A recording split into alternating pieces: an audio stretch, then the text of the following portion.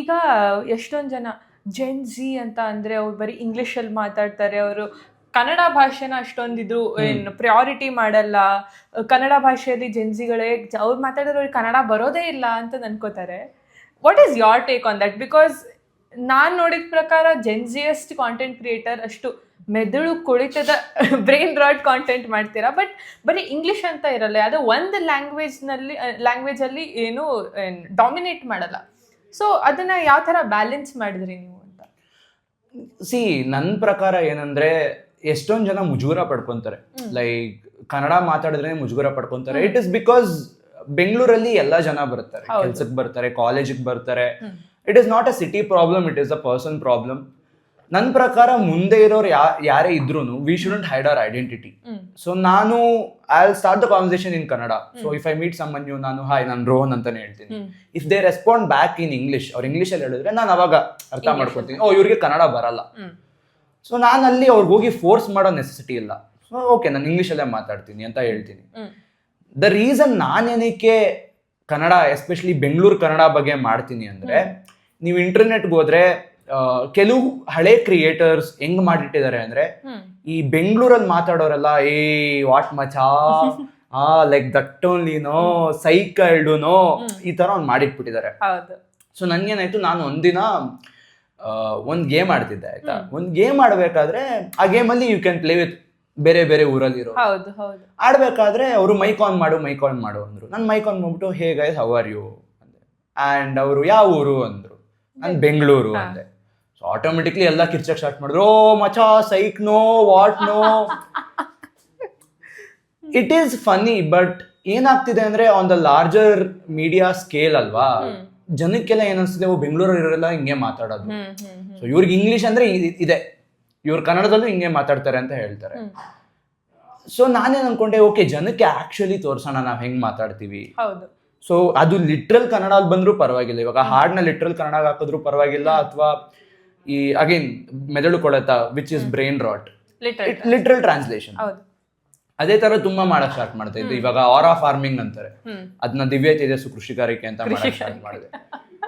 Because ನನ್ಗೇನು ಅಂದ್ರೆ, ಆಚೆ ಬೆಂಗಳೂರಿಂದ ಆಚೆ ಇರೋರಿಗೆ ಬೆಂಗಳೂರು ಬಗ್ಗೆ ಒಂದು ತಪ್ಪು ಪರ್ಸೆಪ್ಷನ್ ಬರಬಾರ್ದು ಅಂತ ನನ್ನ ಮೇನ್ ಪಾಯಿಂಟ್.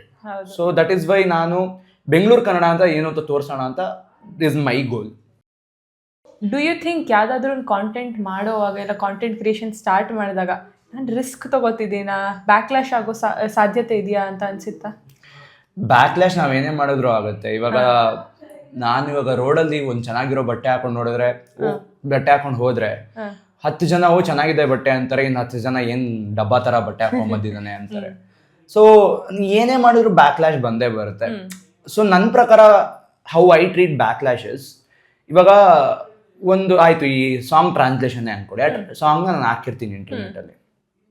ಇವಾಗ 2 ತರ ಕಮೆಂಟ್ ಬರುತ್ತೆ. ಒಂದು ಕಮೆಂಟ್ ಬಂದ್ಬಿಟ್ಟು, ಬ್ರೋ ಈ ಪದ ಹಿಂಗಲ್ಲ, ಹಿಂಗಿರ್ಬೋದಿತ್ತು, ದಟ್ ಈಸ್ ಒನ್ ಕಮೆಂಟ್. ಇನ್ನೊಂದು ಕಮೆಂಟ್ ಬಂದ್ಬಿಟ್ಟು, ಇವ್ನೇನು ಗೊತ್ತೇ ಇಲ್ಲ, ಇವನೇನ್ ಮಾಡ್ತಾನೆ ಅಂತ ಬರುತ್ತೆ. ಇದರಲ್ಲಿ 2 negative comment, but I would choose the first one because he is being knowledgeable and is telling me he can, like I can improve my stuff. ಇಲ್ಲಿ this is just blatant hate. This is ನನ್ನ ಪ್ರಕಾರ ಯಾರು ನಿಮ್ನ hate ಮಾಡ್ತಾ ಇರಲ್ವಾ, there are 2 types of people. One, ಅವ್ರೇನು ಮಾಡ್ತಿರಲ್ಲ ಲೈಫಲ್ಲಿ, ಆಯ್ತಾ. They won't be trying, like they won't be putting out any content, or they won't be even trying, and most of the time it will be fake accounts, bot accounts ಅಲ್ಲಿ ಬರ್ತಾರೆ. ಯಾಕಂದ್ರೆ ಅವ್ರಿಗೇನು ಅಂದ್ರೆ, ಆಚೆಗಡೆ ನಾವು ತುಂಬಾ ಒಳ್ಳೆಯವರು, ಬಟ್ ಸಪ್ರೇಟ್ ಆಗಿ ನೋಡಿದ್ರೆ ಈ ತರ ಮಾಡ್ತಿರ್ತಾರೆ. ಸೆಕೆಂಡ್, ಅವ್ರಿಗೆ ಹೆಂಗೆ ಅಂದ್ರೆ, ಇವಾಗ ಫಾರ್ ಎಕ್ಸಾಂಪಲ್ ನಾನೊಬ್ಬ ಮನುಷ್ಯ, ನನ್ನ 90 ಜನ ಇಷ್ಟಪಡ್ತಾ ಇರ್ತಾರೆ. ಫಾರ್ ಎಕ್ಸಾಂಪಲ್ ಅಲ್ಲ, ನಾನೊಬ್ಬ ಮನುಷ್ಯ. ಸೊ ನನ್ನ 90 ಜನ ಇಷ್ಟಪಡ್ತಾ ಇರ್ತಾರೆ, ಇನ್ನು 10 ಜನ ಇಷ್ಟಪಡಲ್ಲ. ಸೊ ಇವನ್ಗೇನ್ ಅನ್ಸುತ್ತೆ, ನಾನು ಆ 10 ಜನ ಸೇರ್ಕೊಂಡ್ರೆ I will be in a very elite group. So ಆ ರೀಸನ್ಗೆ they will just start hating. So ನಿಮ್ಗೆ ಹೇಟ್ ಕಮೆಂಟ್ಸ್ ಆಗ್ಲಿ ಅಥವಾ ಜನ ಜಡ್ಜ್ ಮಾಡಕ್ ಸ್ಟಾರ್ಟ್ ಮಾಡಿದ್ರೆ, think from a point where, okay ಅವರು ಒಂದು ನಾಲೆಜ್ ಇಟ್ಕೊಂಡು ಹೇಳ್ತಿದ್ದಾರೆ, ಆಯ್ತಾ, ಅವರೊಂದು ನಾಲೆಜ್ ಇಟ್ಕೊಂಡು ಹೇಳ್ತಿದ್ದಾರೆ.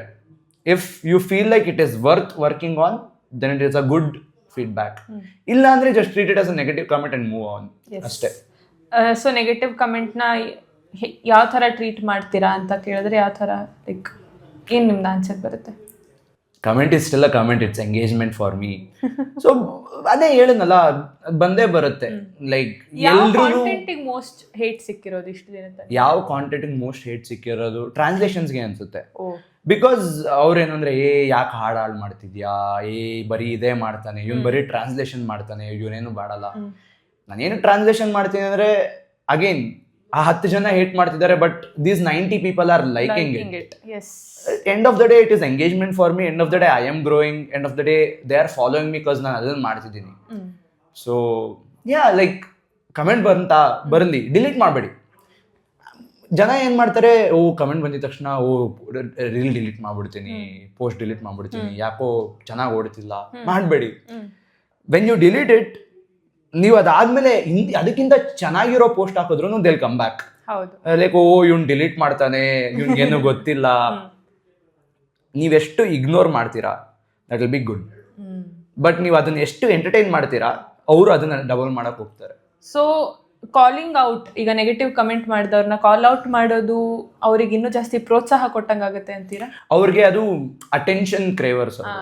ನಾನು ಹೇಳಿದ್ನಲ್ಲ, ಐದರ್ ಅವ್ರೇನೋ ಮಾಡ್ತಿರಲ್ಲ, ಅಥವಾ ದೇ ಜಸ್ಟ್ ಫೀಲ್ ಲೈಕ್ ಇವನ್ನ ನಾನು ಹೇಟ್ ಮಾಡಿದ್ರೆ I will be in elite group ಅಂತ ಅನ್ಕೊಂತ.